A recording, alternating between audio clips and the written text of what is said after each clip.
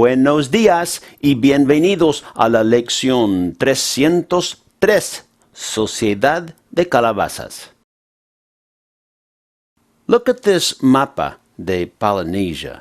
Polynesia means many islands, and this rough triangle here is Polynesia. About 120 islands, some made of coral, some made of volcanoes, so you can't live on all of them. These islands are some of the thousands of islands in the South Pacific Ocean. Polynesia is part of that. Hawaii is part of Polynesia. Lots of Polynesians speak pidgin, and the language soup they cook up comes from different recipes, you might say, depending on the languages and the accents that they're raised with. There are hundreds of languages among the South Pacific Islands. Hawaii has probably more than 15,000 Hispanics. About 5,000 Puerto Ricans were brought there in the early 1900s to get the sugar plantations going. Puerto Rico had been wrecked by a hurricane, and a lot of people were looking for work.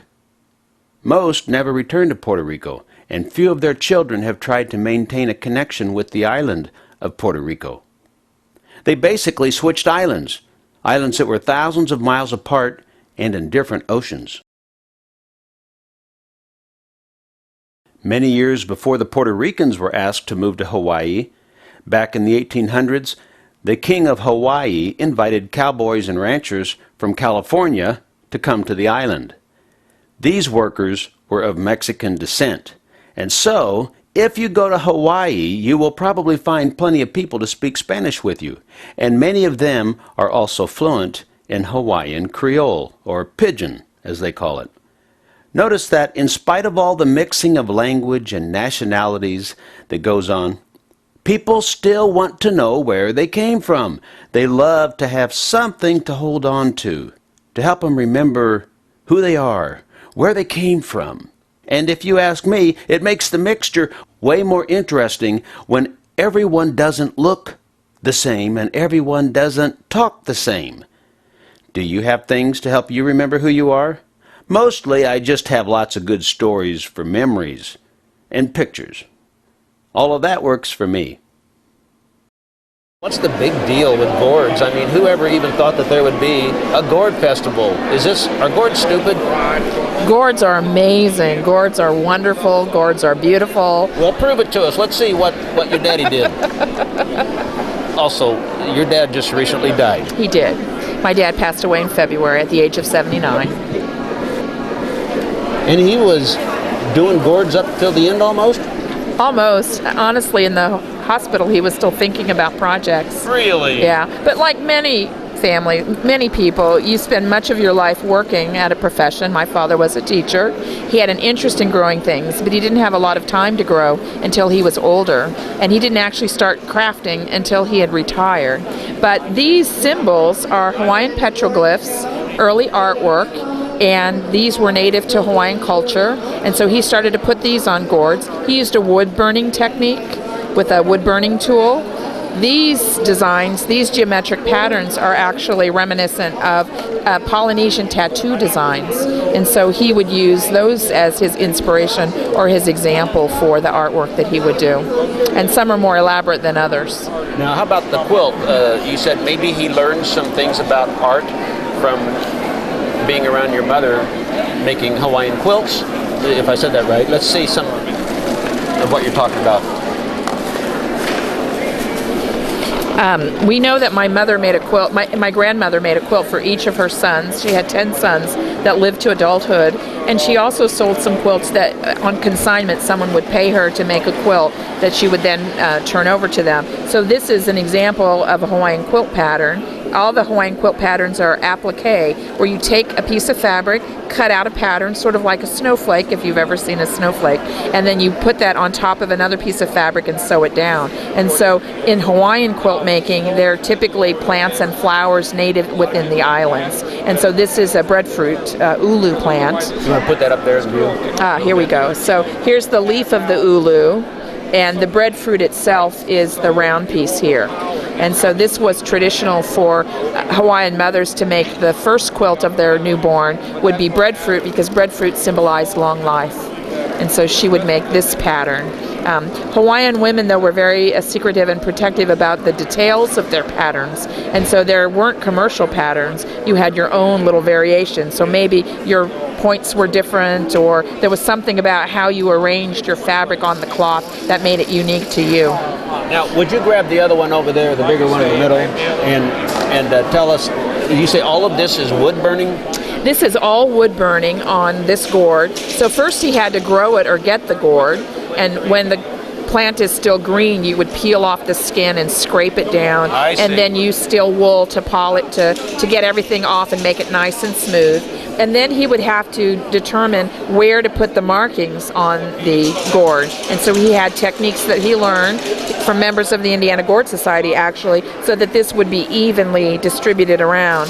He would use tape sometimes and trace patterns onto tape and then put it on here, and then take his wood burning tool and burn it onto the surface. I can't help but think this is one way your dad stayed in touch with where he came from. I'm sure that this was a way to preserve his culture and to also share it with other people who would come along, because someone might come up and say, oh, what an interesting geometric design. Oh, this isn't just a design. This is from Hawaii. This might be a pattern that someone would have used on early Hawaiian cloth that it was made out of paper way back then, or maybe a tattoo design many, many, many years ago. From where? Hawaii or any of the Polynesian nations. Well, just think, he's sharing this right now, isn't he, with thousands and thousands of people. Absolutely, and it's wonderful for others to be able to learn a little bit about this.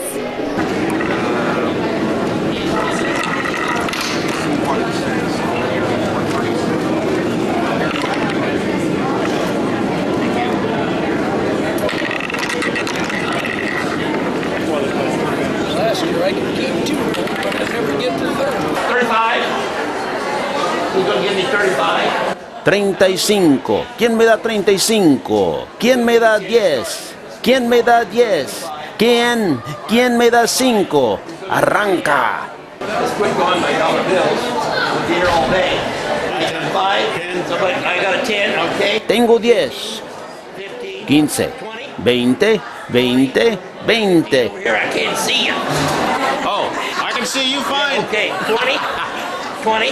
Got 15 down here. I got a 15. Anybody want 20? I got a 15 down here. 20. I'm going to sell it. 15. Voy a venderlo por 15. Number 18. I'm an absolute novice. Are you really? Absolutely. And in this chip carving? Oh, in the chip carving. In the chip carving, okay. But what was shown to me was that he puts in, so you see a curve here, so I'm doing a curve in the opposite direction. I make a cut, and then I cut up to it. And that little mark is a chip carve. And that's what they do when they make a pattern over and over and over. And now I make the same cut the other way, and again I carve up to it. And I'm carving up to the back of the curve. And I'm not quite sure why, but that's the way it's done. And so you end up with that pattern coming through. Mira la fuente, qué bonita. El agua está corriendo de una calabaza a otra. How long did it take you to make this? Oh gosh, I don't know. I probably spent a few hours on it. How long have you been wearing it? Oh, I made this hat up about probably about 4 years ago. If you want to hear a story behind it, I can tell you a little bit about it. Go ahead and tell me. Sí, quiero escuchar la historia. Cuéntame, por favor. Quiero escuchar la historia de su sombrero rojo con calabazas. I bought this red cowboy hat at Riley Days here in Greenfield, and I was wearing it around, and my wife and my friends heckled me so much, I threw it up in the closet.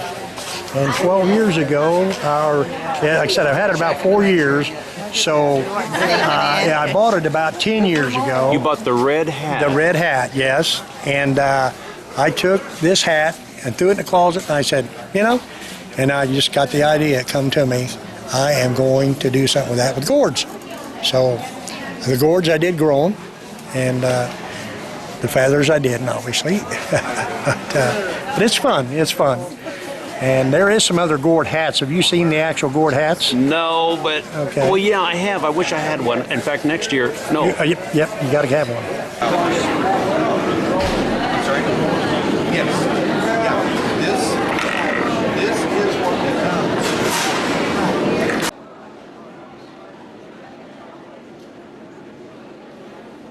Este artista se llama Perry Riley Jr.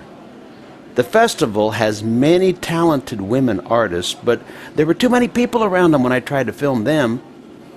Some of the art that I've shown you was created by those women. Coser, to sew. Perry va a coser una calabaza. Ahora Perry está cosiendo. Lleva un cuchillo y una calabacita. Notice we start with calabaza, but la zeta changes to se. Calabaza, calabacita. And in many parts of Spain, calabaza, calabacita.